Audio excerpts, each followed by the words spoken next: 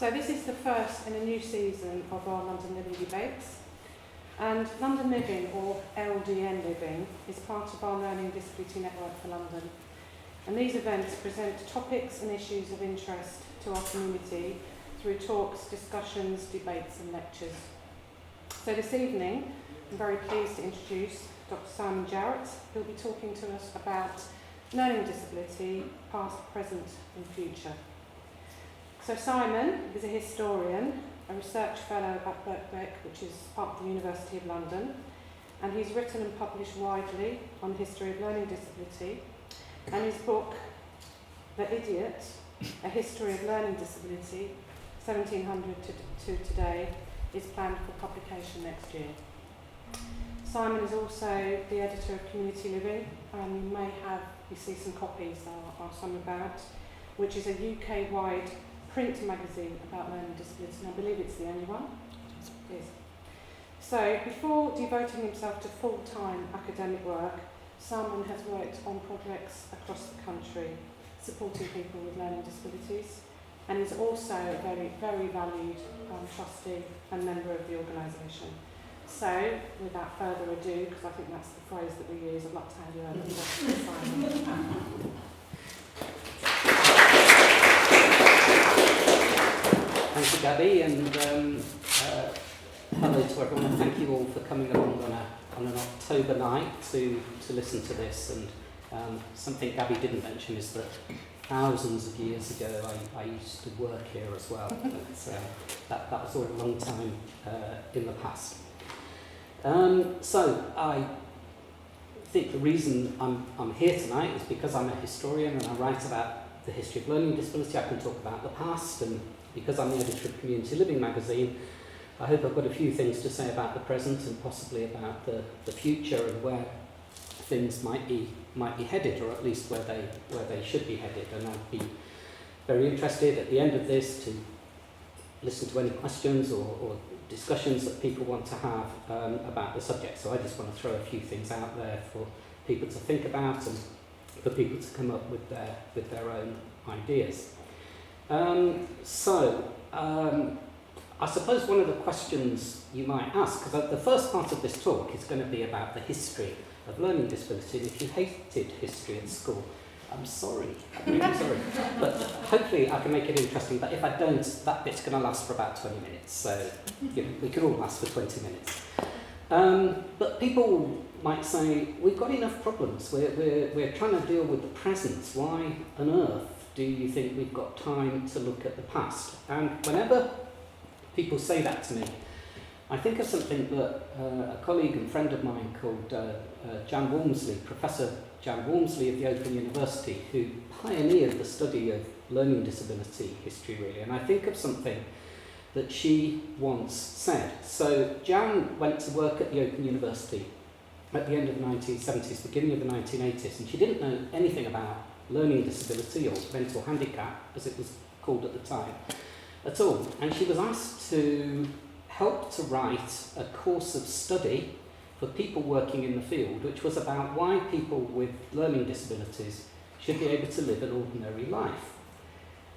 And Jan said, well, why do we have to have a course about why people should be able to live an ordinary life? Shouldn't everybody be able to live an ordinary life?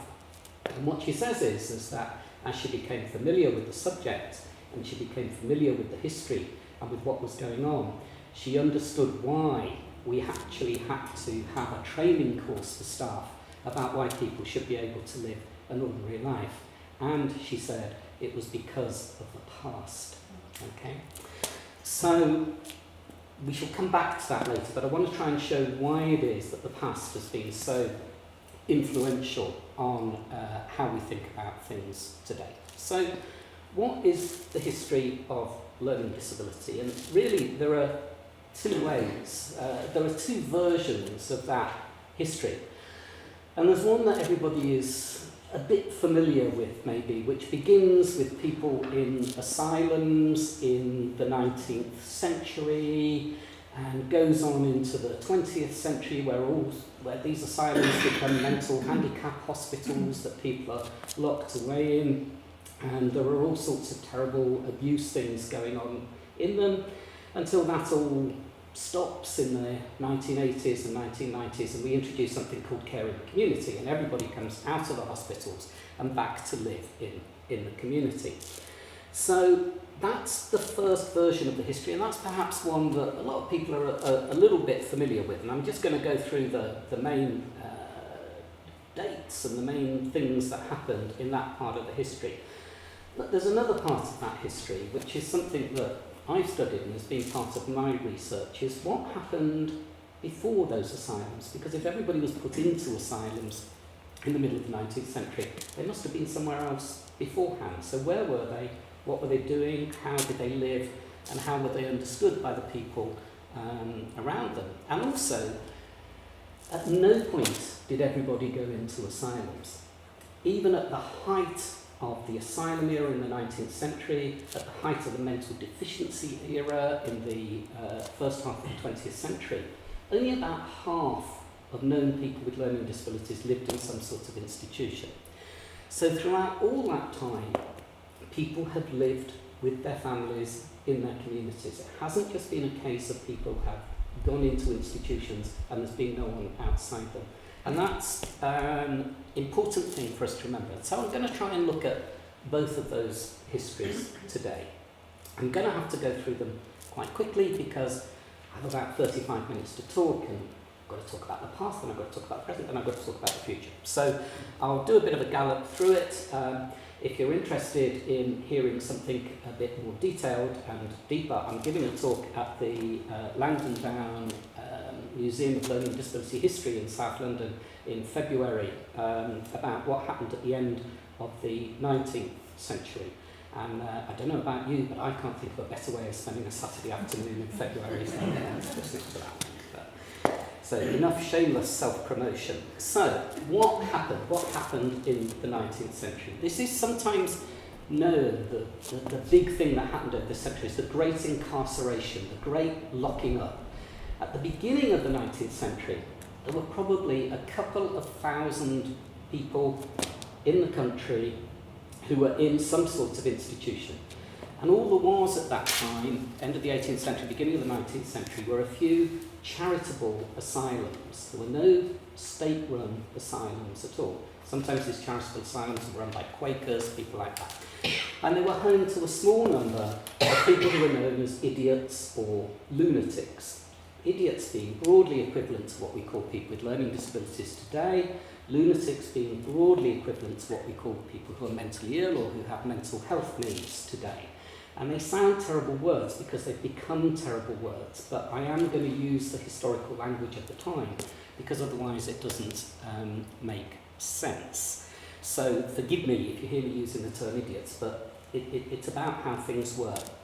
So things begin to change. There's a change in people's mindsets, and they start to think that if people are different, if people are deviant, if people have got something wrong with them, they need to be kept away from the rest of society. Instead of society sort of somehow being flexible enough to cope with people being amongst them, society starts to think that these people need to be separated and in institutions. And this isn't just asylums, it's also prisons and other places.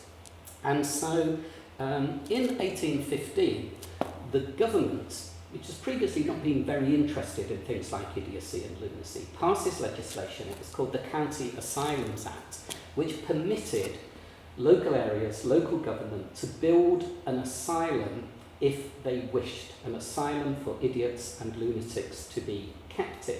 Okay? So these are some of the very first state-run hospitals. Until then, hospitals have been almost entirely charitable, run on charitable funds. And so a programme of asylum building starts, but it's up to local government areas if they wish to do that or not. So an increasing number of people start to go into these institutions. And then a big change happens in 1834, and it's something known as the Poor Law Amendment Act, which doesn't sound like it's anything very much, but actually it was a huge change. So until then, people had been able to get poor relief if they were destitute, if they were struggling to get along, if they had disabilities, were elderly and incapable or whatever. And they could get what was known as outdoor relief, which meant that they could be supported to live in their own homes by getting a bit of extra money. The Poor Law Act changed all of that, and it said, no, this might sound a bit familiar to you, we don't want to give people money for nothing, we don't want to encourage them to be able to just sit around at home and not contribute anything to society. So we're only going to contribute indoor relief, and indoor relief meant that you had to be in an institution to get support. And these institutions were workhouses. So a massive programme of workhouse building started across Britain. And the whole idea of the workhouse was that it would be so intolerable, so difficult to live in, that you would only go into it if you were truly destitute. And once you got in it, you would do anything you could to get out of it. You'd take any job, you'd go anywhere. So it was an example of the benefit system being used to sort of push people into work, into activity, and off dependency on relief. Now, the consequence of this was that as these workhouses were built, they started to fill with all sorts of people who were seen as not being able to cope, the very elderly, the very destitute, and this group of people who were classed as idiots. Now, the whole thing was that as these groups came into these workhouses, they wouldn't come out again because they couldn't. They simply were not going to cope outside. So the whole system started to fill up. And effectively, a lot of these workhouses had become hospitals by the 1840s. So there was a problem because there were a small amount of asylums, there were a small amount of, quite a large amount of workhouses, and they were full. People couldn't come in, people couldn't go out. So a second County Asylums Act was passed in 1845, which made it the law which demanded that every local government area must build an asylum, because they needed more capacity for these idiots and lunatics to live in.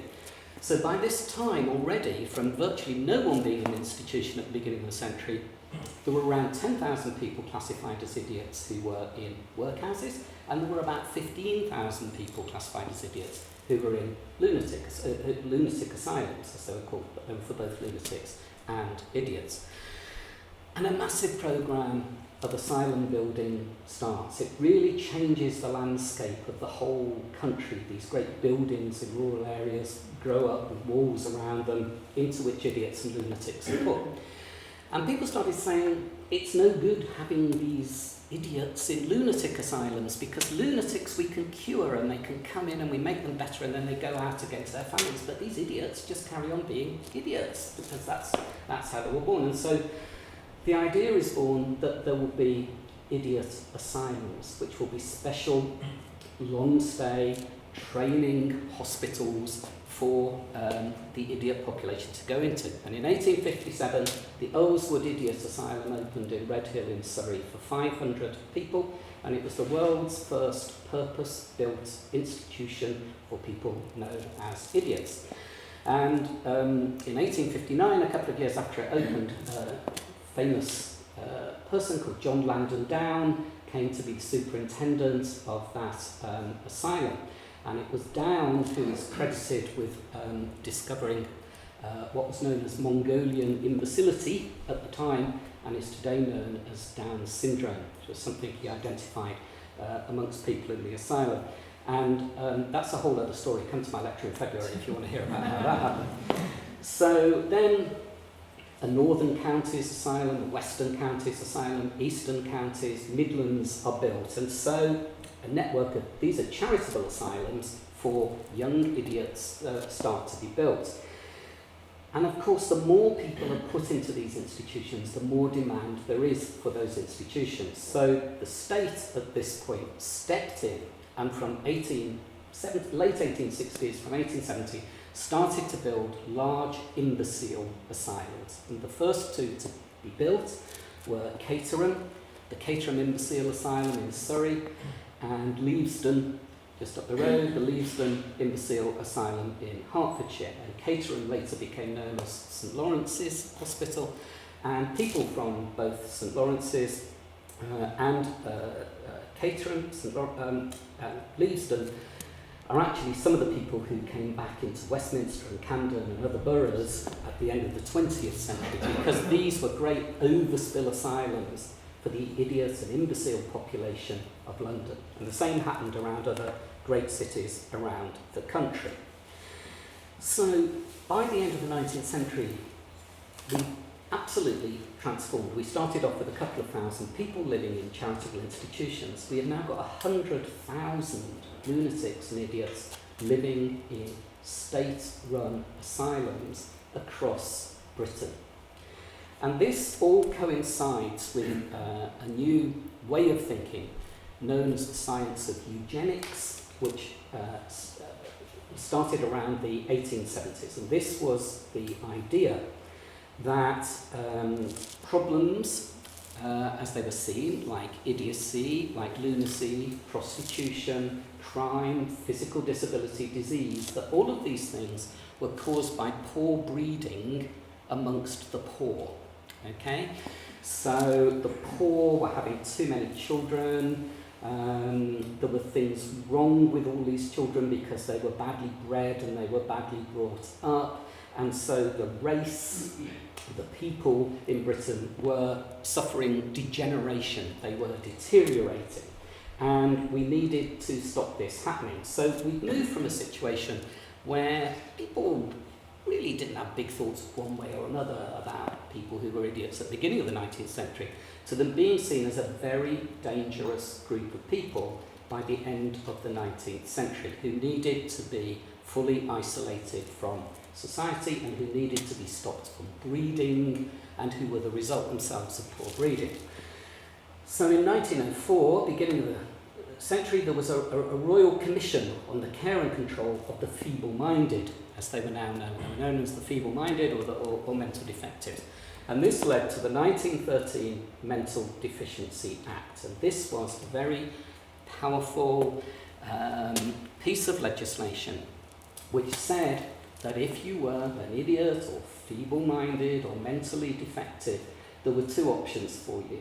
You either needed to go into what was known as a colony, which was basically a long-stay institution in a rural area where you would go when you were a child and where you would stay until you died. Or if you didn't go into one of these institutions, you would live in the community, but you would be supervised and you would be under surveillance. And welfare visitors, welfare guardians would come to your home and check on you, mainly to see that you haven't got a boyfriend or girlfriend and weren't likely to produce a child, or that you weren't causing any trouble. So you had the choice, or families had the choice of people either going into one of these long-stay institutions or of them being closely under surveillance in the community. And this really was the situation for the first half of the 20th century. The programme, it was all held up by the First World War after the Act was passed, but this big programme of colony building, adding to the asylums that already were there, began after 1918. So this is known as the eugenics era. Okay. And eugenics wasn't just in Britain, it was all across Europe, it was in America, everywhere else, and it had many other parts of the world. But there was a fatal coming together of the science of eugenics and the ideology of Nazism in Germany. And many of you are probably aware that one of the targeted groups of victims in Nazi Germany, one of the targets for killings were mentally defective people and all sorts of disabled people. And in fact, an extermination program began in 1939 in Germany, and 70,000 disabled people, amongst them people regarded as mentally defective, were deliberately killed. And in fact, this was an experiment for the wider Holocaust program that would happen later against the Jewish population and others. Even after this program stopped, many thousands of people died simply through neglect or starvation during the war, because they were simply seen under this combination of Nazism and eugenics as being unfit to live. So it was an appalling, terrible period. And from 1945, as this started to emerge, there was a reaction against this eugenic thinking. It's never fully gone away, but there was certainly a reaction against it. Mindsets started to change, and there was the beginning of rights movements. And in 1946, we had the National Association of Parents of Backward Children was launched, and that later became MENCAP. Okay? So for the first time, we actually had people, since the asylum era began, we had people battling on behalf of the people who were in them. The colonies, the asylums, the long-stay hospitals all became part of the NHS in 1948, and I'd like to say that made things much better, but it didn't. It was actually a period of terrible neglect, and there were a series of scandals in the 1960s, 70s, early 80s, which involved terrible abuse and neglect of people in long-stay hospitals, Ely Hospital in Cardiff, St Lawrence's Hospital, the old Caterham Imbecile Asylum in Surrey, Borough Court Hospital in Reading. There were many, often exposed in television documentaries. There was a particularly famous documentary called Silent Minority in 1981 on ITV, which had a very big impact. And all of this led to people starting to rethink the whole idea of whether people should be in institutions or not. And in 1979, there was a report from the Committee of Inquiry into Mental Handicap Nursing Care, which was set up because of these scandals. And that produced a report known as the J Report, which recommended people moving out of hospitals, closing down long-stay hospitals, people moving back into the community. And in 1981, there was a green paper called Care in the Community. So from the mid-1980s then, this opposite of the great incarceration, the great locking up, I don't know if we should call it the great liberation, but people started to come out of the hospitals and back into their communities. And this was something in the living memory of many people here, of people coming out of these hospitals back into Westminster, Camden, Kensington and Chelsea, all of the London boroughs back to their boroughs of origin. So it's hard to think this, but less than 50 years ago, there were 50,000 people with learning disabilities who were living in these long-stay hospitals, and some of them were as young as 3 years old. Okay, so a lot has happened in the last 50 years. There's been this great look back. In the 1990s, we'd had the parents' rights movement of MENCAP. In the 1990s, we had self-advocacy movements. People First movement began, and Learning Disability England today. And so, for the first time, we heard actually people speaking in their own voice about what they wanted. And in 2001, there was a Valuing People, which was a government strategy about learning disability, which wasn't perfect, no government strategy is, but it was a really encouraging thing which really tried to support the idea that people should lead valued individual lives in the community as closely as possible to what everyone else does. Which brings us to today. Valuing people is still the current policy, but to what extent valuing people is still being followed, I think is a question for us to consider. So that's the first history, really. This is how people moved into asylums. We had the eugenics era, we had neglect and abuse in long-stay hospitals in the 20th century, and everybody came back out into the community from the 1980s. So for 150 years, until very recently, the dominant idea that society had about people with learning disabilities is that they shouldn't live with everybody else. Right? The dominant idea was that they should live in institutions, separated from everybody else, shut away, either for their own protection or, in some people's thinking, for the protection of others. And so that's a long time for a dominant idea to be around, and we shouldn't think it has completely gone away in the last 30 years. And that really brings us back to Jan Walmsley's statement. Then I understood why it was difficult for people to have an ordinary life. It was because of the past. Okay, so hopefully that shows how the past is still with us and still inside all of us and still influences thinking today.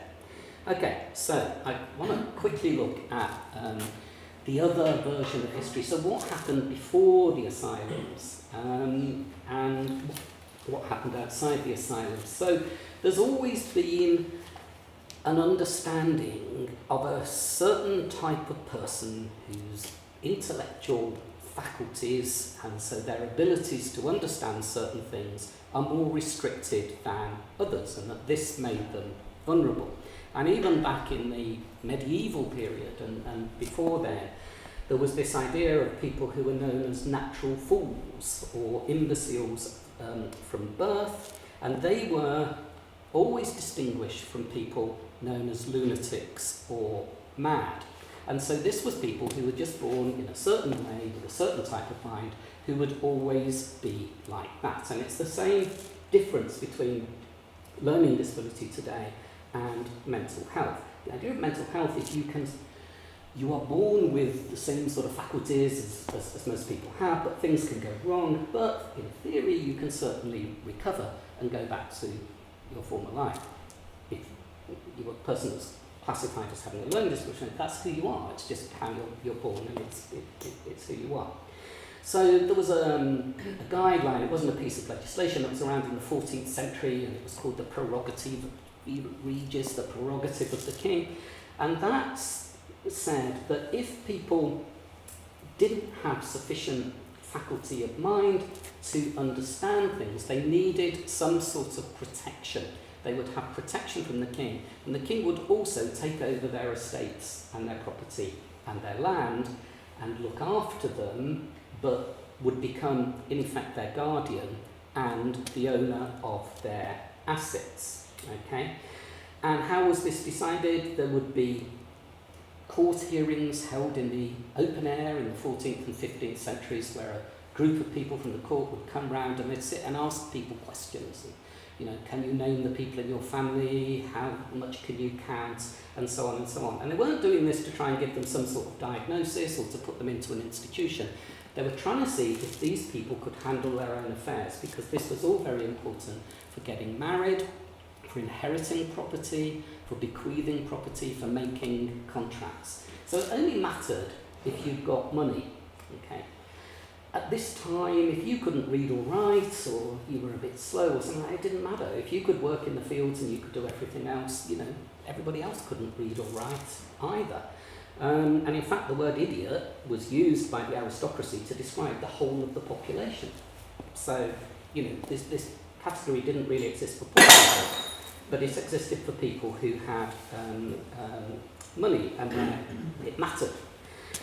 And in the 16th century, under the Tudors, this became a court of wards, a specific court which was set up to look after the assets, or take the assets, you could say, and look after the needs of people who were identified as being idiots. In the 17th century, this became the Court of Chancery, and it's what we know as the Court of Protection today. So that same legal system still exists.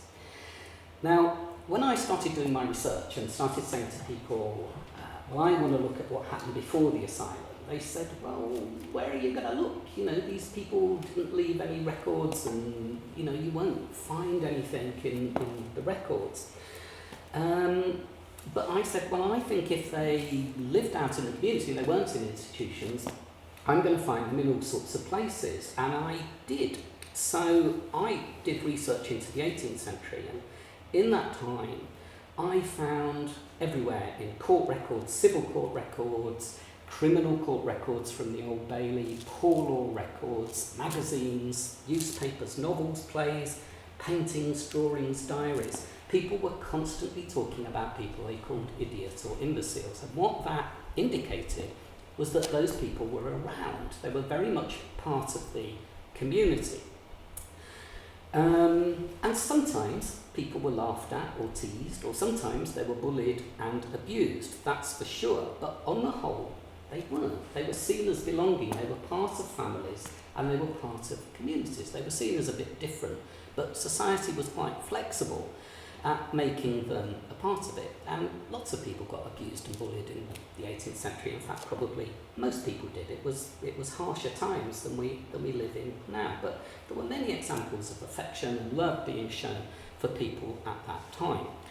So I don't have time to give you lots of examples tonight, but I just want to end this little history section by showing you one of the things that I'm talking about. And this is a caricature, a cartoon from 1808, so just after the end of the 18th century. And this is several years before the Great Incarceration begins. And it's a cartoon called Very Slippy Weather. And the joke is that this very intellectual, intelligent gentleman has been walking along looking at his newfangled thermometer, feeling very pleased with himself because he's got this new scientific instrument, and he's been so busy looking at his thermometer to see how cold it is that he slipped over on the ice and landed on his backside in the street. So that's a joke, and it was very funny to people in 1808.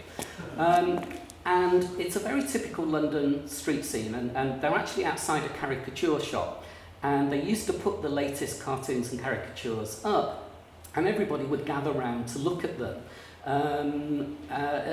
You know, a bit like people used to hang around outside television shops to see what the latest news was.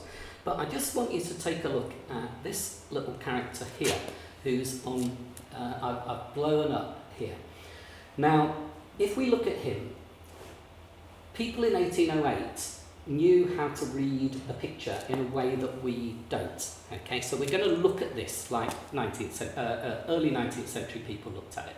So this guy is somewhere in between a youth and a man. We can't quite tell. He's quite small. What is he? Is he a teenager or is he a young adult? He's got unkempt hair, and some of it coming out of the top of his hat. He's got scruffy clothes. He's got a snub nose which points upwards, and this is known as a celestial nose, and everybody would have known this when they looked at this. He's got a drooping lower lip, his chin is receding, and he's got a small sloping backwards forehead. Okay? Now this, the audience at the time would have known immediately, is an idiot. Okay? And here he is, slightly apart from the rest of the group, but there. And he seems to be going to work, and he's just part of it. Maybe a little bit separate, but he's part of it. How do we know that he is an idiot? Well, because at the time there was a science known as physiognomy, which said that you could understand a person's character by the shape of their face and by their facial characteristics. And it was written in all the physiognomy books, and this is what an idiot looks like, and this is what an imbecile looks like. And all of those characteristics, which I just showed you, were characteristics of an imbecile or an idiot. And contrast it to the clever, or not so clever gentleman over here. High forehead, sticking out, firm jaw, eyes wide apart, his eyes are close together. And that is an intellectual gentleman with a completely different shaped face. And once you know this, once you start being able to read these caricatures in the same way as people at the time read them, you start seeing people everywhere. Okay?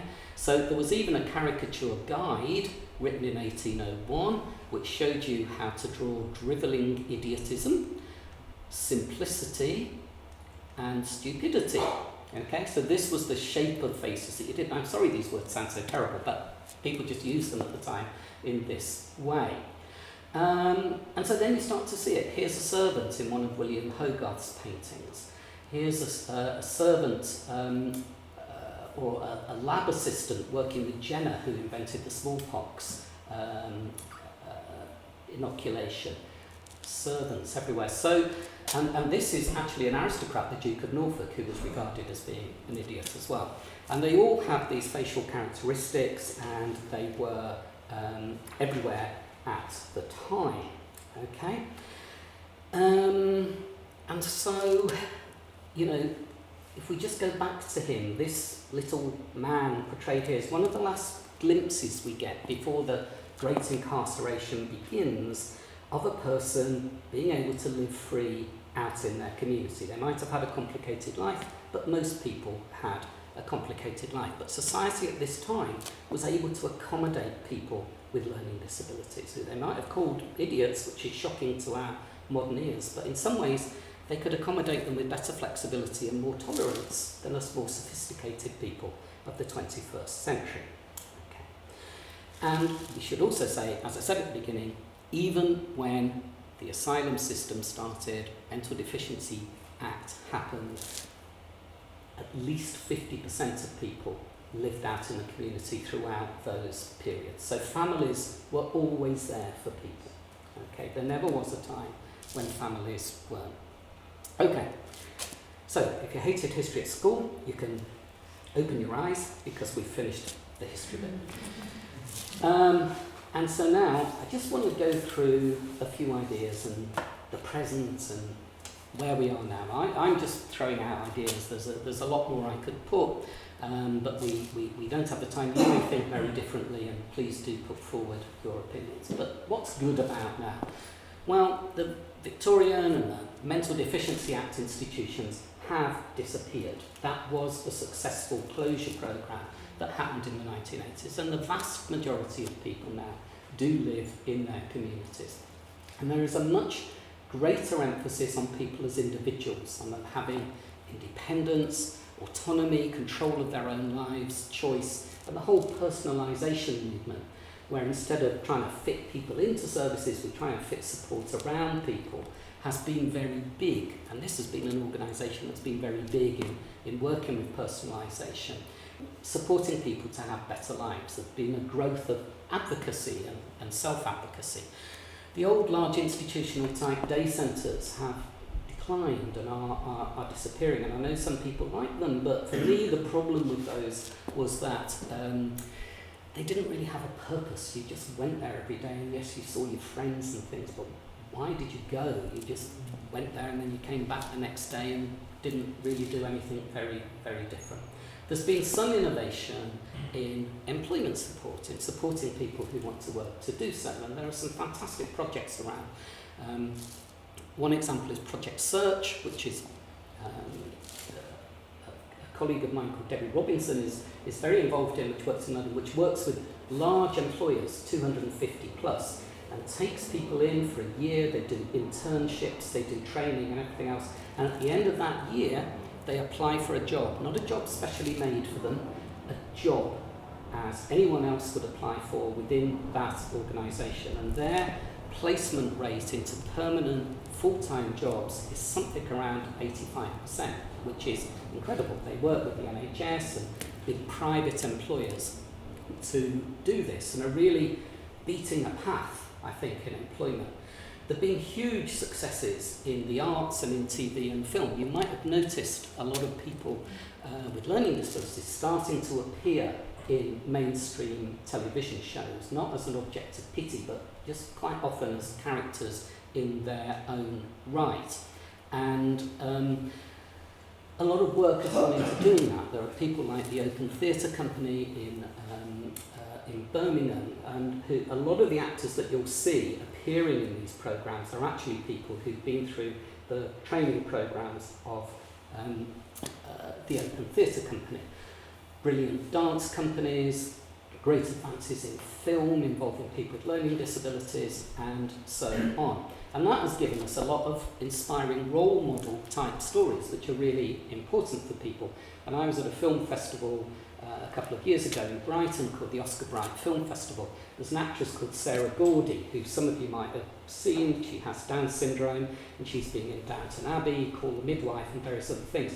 I was trying to interview her, and it was really hard to interview her because there was a queue of people trying to get her autograph as I was speaking to her, and she was going full film diva with a silk scarf and a fur-collared coat and smiling and chatting away with all her fans, and it was just fantastic to see, and it gave people the chance to think, blimey, you know, people like me can do things, you know. Valuing people, as I mentioned, was, I think, probably the best policy we've ever had about learning disability, and we have a mixed economy of care. We have non-profit voluntary organisations, we have private organisations, and we have state services going on, and there is excellence in all three of them, and that creates choice as well. And there's a lot of excellence and innovation largely but not exclusively in the voluntary sector. Okay. What's the negative side? There is the scandal of the assessment and treatment units, in which still up to 2,000 people with learning disabilities are detained.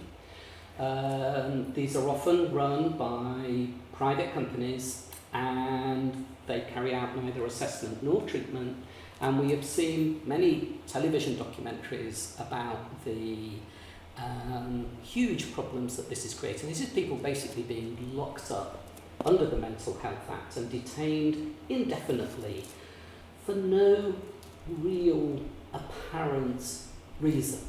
And it is scandalous. It's a scandal, I think, on the scale of the scandals in hospitals in the 60s, 70s and 80s, although it doesn't involve as many people. And so here I talked about there being a good mixed economy of care, private, state and voluntary, but there is one group in the private sector which I think is a group that should not be involved in the care of people with learning disabilities. And these are a group of highly leveraged private companies. And by highly leveraged, I mean companies which take on huge piles of debt in order to buy and build care homes, put assessment and treatment units, put very high cost people, 2, 3, 4, 5, 8,000 pounds a week into them. And effectively those fees are paying off the debts which the owners have incurred in order to set up these institutions. And they are institutions. And of course, they have no incentive or motivation to move people out of them. So I think nothing wrong with the private sector, but a lot wrong with this bit of the private sector. Employment of people with learning disabilities is at 6%. That's not unemployment, that's employment. So 6% of people with learning disabilities are in employment. And there was an article in the BBC News the other week about a guy in Wiltshire who had Down syndrome who got a job in a scaffolding company. And it was great, it was a lovely story, and I was really pleased to see it, and the guy around the scaffolding company was great. But really, it has to make the BBC News that a person with Down syndrome got a job in a scaffolding company as a scaffolder. That's really where we're at. And I think this comes from a poverty of aspiration, which begins at school, goes all the way through, that people with learning disabilities are not capable of working. Well, you're going to see from the food and drinking you're getting this evening that of course they are. And most people with learning disabilities who I've ever spoken to express a wish to work. We have to start thinking of people as people who work. We're getting I'll run through the remaining things fairly quickly. We're getting a return of multi-bedded units, as they're called, in isolated locations. We're moving away from having people living in small groups or in their own flats. And the old large-scale places in a community but isolated from the community are starting to come back. We've got really a two-tier system. We've got these fantastic, high-achieving people in dance and film and performance and the other arts. Some people are doing incredibly well, and others are being completely left behind in these institutional settings. Part of the problem is we are trying always to create risk-free environments. Well, who lives in a risk-free environment? And what sort of life is it to lead in a risk-free environment? We all take risks all the time. It's part of being human. And I believe we've reached a state of way too high levels of protectionism, and the Care Quality Commission whole regime and process contributes to this. Funding reductions, shifting us back to simply trying to meet basic needs without helping people to actually live a life. We have difficulties in transition, not just when people are aged 18, but throughout their lives when they want to change. And it is incredibly difficult to change your life, your housing, your relationship situation, your employment or anything else if you have a learning disability, because there's a whole bureaucracy that seems to be there to stop you doing it. And Suzanne Gale, who's in the audience tonight, I won't embarrass her by making her stand up, but I'll just look at her and make her shift uncomfortably in her seat, wrote a brilliant article about this in the latest issue of Community Living, about just how hard we make change for people. There's a tough labour market. Care work is undervalued, underpaid, and unemployment is low. So, as American people would say, you do the math. It's low on the political radar of all parties. There are really only two politicians, Norman Lamb from the Liberal Democrats and Dame Sheila Hollins, who is a crossbencher in the House of Lords, who show any interest in learning disability, any active interest. In a recent debate in the House of Commons about learning disability by Norman Lamb attracted 11 MPs. We have a commissioning and contract culture which really sucks all the energy and resources into the whole commissioning process all the time. So it causes tremendous disruption. It's meant to improve quality, reduce costs, but it tends to really take over and become a bureaucratic process which has nothing to do with the quality of people's care or the quality of people's lives. And I think there is a weakness in national players, particularly MenCap, I'm afraid to say. All organisations walk a tightrope between being a provider and carrying out contracts and being a campaigning organisation. But I have to say, in my opinion, I do believe that MenCap might have fallen off that tightrope, and I don't believe are really the voice for people with learning disabilities and their families that they should be. So I'm just going to finish now with 10 suggestions about how things can change.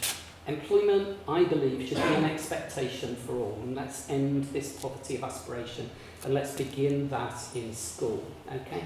There may be some people who can't work, but instead of going from the assumption that people can't work, let's go from, until they prove otherwise to us, let's go from the assumption that people can work until they prove otherwise. Cut the highly leveraged private sector from provision altogether, so make it illegal for companies that have too high levels of debt to be providers of services for people with learning disabilities at all. Have a social work model that isn't just about putting people through processes and doing annual reviews and that sort of thing, but actually supporting people in life changes. And a retreat from the commissioning culture to better partnership working across sectors. And sometimes all the sectors working together around issues like employment and housing. And in housing, let's stop this sort of herd mentality where we keep deciding that a new form of housing is better than the previous one we had. So after the hospitals, we had residential homes for 8 to 12 people. Then we had group homes for 3 to 4 people. Then living in a tenancy in your own flat. And we keep stampeding from one to the other, but we need to have that range, which might even include places like Camp Hill communities, which some people want to live in rural areas. So let's not think that the diverse population of people with learning disabilities all want to live in the same sorts of accommodation. And let's return to the sort of campaigning and values training and movements to improve people's lives that happened and made the hospital closure programme possible in the 1980s. And that needs to involve professionals as well as families and as well as people with learning disabilities themselves. Let's try and find ways of using personal technology, assistive technology, to transform people's lives. If we call it robo-care, it scares everybody, but it's not. It's assistive technology, it's personal technology. People have had their lives changed by having apps on their phones which enable them to be out on their own and let people know where they are and help them to find their way back to where they came from. So don't be afraid of technology. And that links to this whole idea of let's stop being so risk averse. We take risks. We know that there are vulnerabilities about people with learning disabilities, but let's let them take the same risks as some of the same risks as other human beings take. And finally, let's try and stop this parallel world.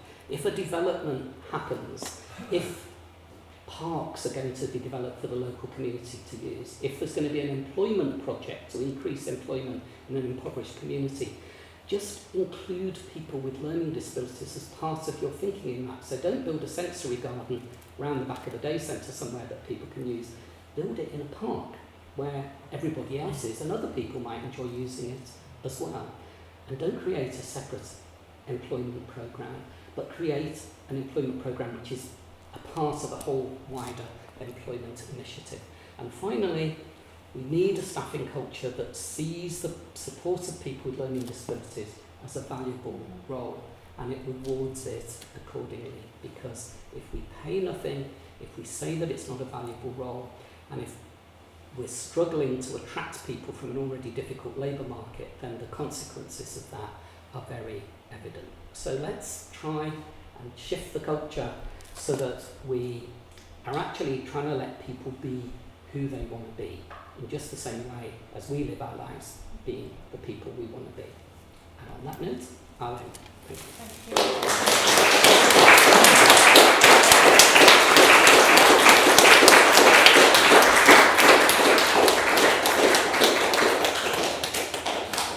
I don't know what we do. Yeah, are we doing? I mean, I'm sure everybody wants a drink. I do. But I'm sure everybody wants a drink and a chat. But if anyone wants to throw out any questions or points, please do. Can I ask a question? Sorry. I'm not the boss. But I am the boss, yeah. You are. Just going back to caring the community, something that's where I started my career really, with people with learning disabilities. Thank you. I can do this risk-free now. So going back to the 80s then, what's your thoughts about the actual intentions of caring the community? So was it really about bringing people back into the community, or was there an economic element in that? Were hospitals or institutions very expensive? It's a really good point, because there's been a lot of arguments about, was caring the community just a cost-cutting measure, that the hospitals have become really expensive, inefficient to run, and that it would cost a lot less to have people out in the community. There was a lot of debate about this at the time. And of course, the pioneer of caring the community was none other than Margaret Thatcher. So, not somebody you would expect to be wanting to liberate everyone and give them better lives. And also Enoch Powell. It was, yes. Who said that? Yes. Enoch Powell actually put forward the whole idea of ending long-stay hospitals in the middle of the 1960s. So Enoch Powell and Margaret Thatcher think, what was going on here? But This is why we've got wine. yeah, this is why we've got wine. But the point is that actually it was a rare example of that sort of thinking about, well, this could be more efficient, actually coinciding with something that really made people's lives better. We've got an article in the latest issue of the magazine, which I'm still shamelessly plugging. It's free tonight, it's free. We interviewed two managers who'd worked in the Starcross Hospital, which was the old Western Counties Idiot Asylum from the 1870s. They worked there in the 1980s. Neither of them were medically qualified. Neither of them knew anything about learning disability. All they knew was that the Starcross Hospital was a terrible, terrible place. And they said there was nothing good about it. And there was never going to be anything good about it. But the professionals in the hospital, doctors, social workers, psychologists, also said, well, let's make it more hygienic, and that will improve it. And they said no. And all of that initiative had to come from people outside the medical profession, who were as deeply embedded in the institution as the patients were. So, yes, it can be argued, and a lot of people argued at the time, this is a cost-cutting measure. I think for people with learning disabilities, it worked a lot better than it worked for people with mental health problems. Because it was seen that people with learning disabilities had to have support. Many people with mental health problems were left unsupported at that time. But for this group, I think it worked. So. That was actually something I wanted to ask. Is that one of the distinctions, perhaps, between mental health and learning disability? Is also the relevance of the social model and the medical model?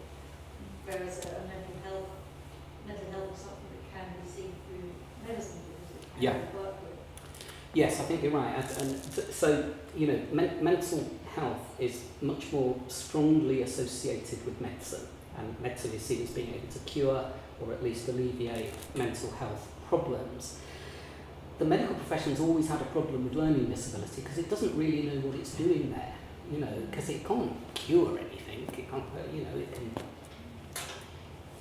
well, what can it do? But, so I think for people with learning disabilities, the social model was a much easier model to move with, although there are signs that the medical model hasn't gone away by any means. And assessment and treatment units, which by no coincidence are the worst provision we have in the country, are very medical institutions.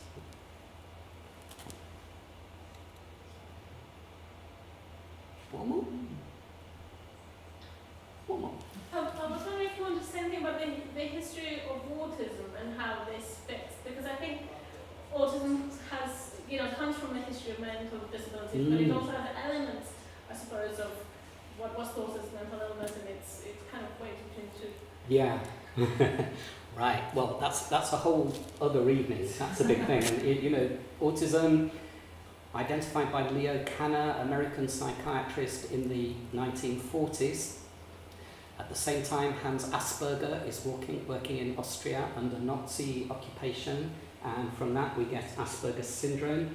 A book has come out very recently, some of you may have heard about, by Edith Scheffer, called Asperger's Children, which shows the involvement of Hans Asperger in the Nazi extermination programs of people with disabilities. But he identified certain people with Asperger's syndrome who he said could be useful, because they had, despite having some odd characteristics, they also had some useful characteristics.